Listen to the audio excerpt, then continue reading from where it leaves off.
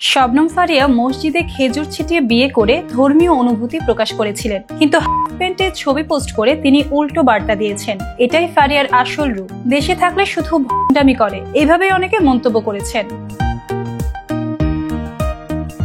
আলোচিত মডেল ও অভিনেত্রী শবনম ফারিয়া 19 সেপ্টেম্বর ঢাকার মাদানী অ্যাভিনিউয়ে অবস্থিত মসজিদ আল মুস্তাফায় খেজুর ছিটিয়ে এবং নিকটাত্মীয় ও ঘনিষ্ঠ বন্ধুদের উপস্থিতিতে তার বিয়ে সম্পন্ন করে। তার বর তানজিব তৈয়ব দেশের একটি শীর্ষস্থানীয় বেসরকারি ব্যাংকে অ্যাসিস্ট্যান্ট ভাইস প্রেসিডেন্ট হিসেবে কর্মরত।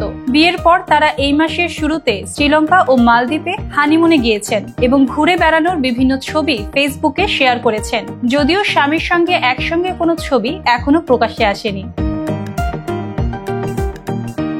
হানিমুনের এক পর্যায়ে শ্রীলঙ্কার গালে শহর থেকে হাফ প্যান্ট পরা একটি ছবি শেয়ার করার সঙ্গে সঙ্গে সমালোচনার ঝড় উঠেছে। অনেক ভক্ত তার এই পোশাক দেখে হতাশ হয়েছেন এবং বয়কটের ডাক দিয়েছেন। কেউ কেউ অভিনেত্রীকে ভিউ ব্যবসায়ী বলে কটাক্ষ করেছেন।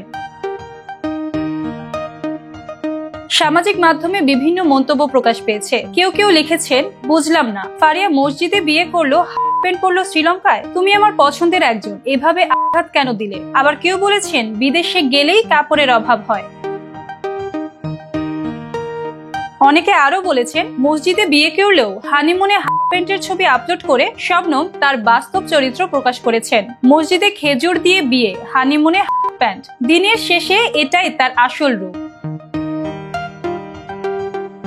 শবনম ফারিয়ার প্রথম বিয়ে হয়েছিল 2018 সালে। সে বিয়ে 1 বছর 9 মাসের মধ্যে শেষ হয় এবং 2020 সালের 27 নভেম্বর ডিভোর্স দেন। নতুন জীবন শুরু করলেও শবনম ফারিয়ার এই হানিমুন ছবি সামাজিক মাধ্যমে আবারও তাকে বিতর্কের কেন্দ্রবিন্দুতে নিয়ে এসেছে।